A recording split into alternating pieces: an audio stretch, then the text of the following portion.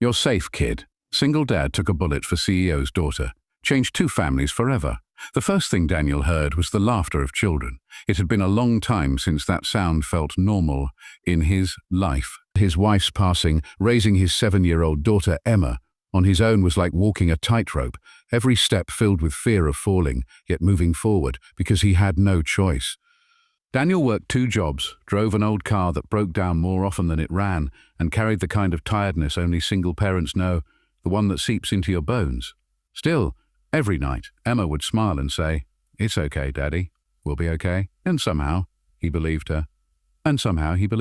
That morning, Daniel wasn't supposed to be anywhere near downtown, but his friend had offered him extra cash to cover for a delivery shift, and he couldn't say no. Bills were piling up. He parked near the tall glass skyscrapers where the city's wealthiest CEOs held meetings. For Daniel, it felt like another world. Then, chaos struck. A scream echoed across the plaza. People scattered as a man in a black hoodie pulled out a gun. His target wasn't random. The man's eyes locked on a little girl, no older than 10, standing outside with her nanny. Daniel's heart stopped when he saw her frozen in place, unable to move as the gunman raised his weapon. Daniel didn't think. He just ran.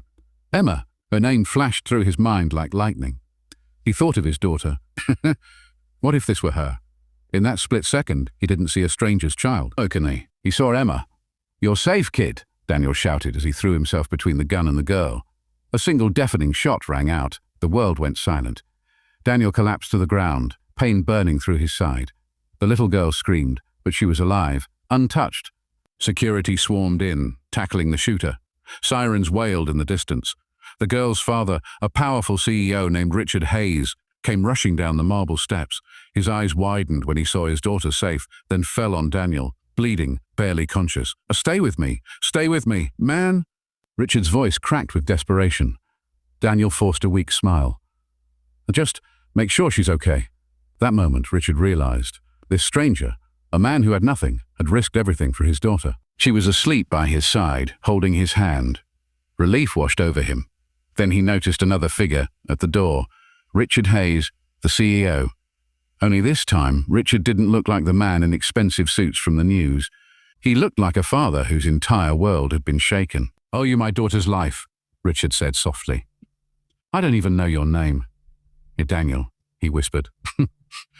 "Oh, Daniel Miller." Over the next days, Richard learned Daniel's story, the struggles, the long hours, the love he carried for his little girl. Richard had spent years building an empire, but hearing Daniel talk about Emma reminded him of something he'd lost along the way, what it meant to really be a dad. Here's the twist. Richard didn't just cover Daniel's medical bills. He offered him a job at his company, not out of charity, but because he saw something rare in Daniel: loyalty, courage, and a heart that put others first. At first, Daniel hesitated. Pride held him back. But then he thought of Emma, how she deserved stability, a chance at a better future. So he accepted. Months later, life looked different for both families. Daniel and Emma were no longer struggling to survive. Richard's daughter, Lily, had gained not only a protector, but also a new friend in Emma. And Richard himself began to change, spending less time in boardrooms and more time at home, rediscovering what mattered most. One evening, as the two families shared dinner, Lily looked at Daniel and said, "You saved me, so now you're like my second dad." Emma giggled. "That means I get a sister now." The room filled with laughter, and for the first time in a long time, Daniel felt something he thought he'd lost forever. Peace. The act of one single dad running into danger for someone else's child had done more than save a life. It had changed two families forever. It reminded them all of a truth we too often forget. You don't need power, money, or status to make a difference. Sometimes the greatest heroes are ordinary people who choose love over fear.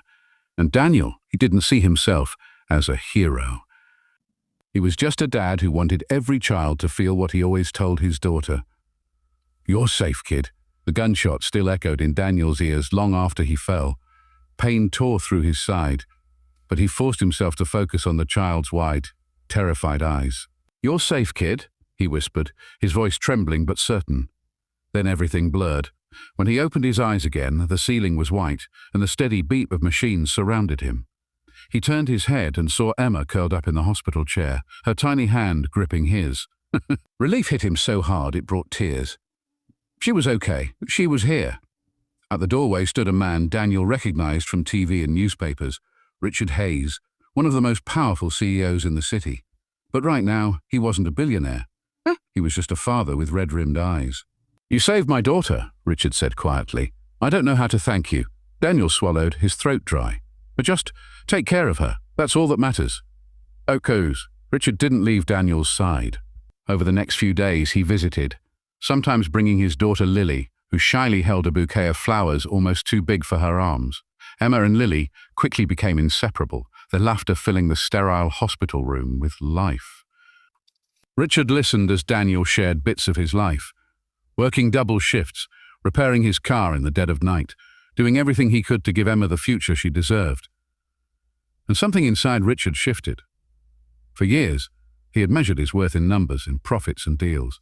But here was a man who had risked everything without a second thought, simply because he saw a little girl in danger. When Daniel was discharged, Richard made a decision.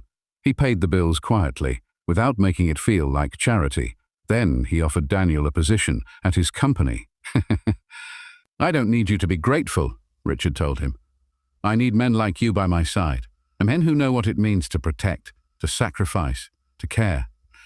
Daniel hesitated, but Emma looked up at him with hope shining in her eyes. "Now, Daddy, maybe this is our chance." And for the first time in years, Daniel let himself believe it could be. Months later, the two families sat around the same dinner table. Lily reached across to grab Emma's hand. "She saved me," she said solemnly to Daniel. "And so now you're like my second dad." Emma's face lit up. "That means I have a sister." The table erupted in laughter, and for Daniel, it felt like sunlight after years of storm. He wasn't just surviving anymore, he was living, all because one choice, one step into danger, had led to something greater than he ever imagined. Not just saving a life, but creating a family out of strangers. And every time he looked at Emma, Daniel reminded himself of the words that carried him through that day. "You're safe, kid."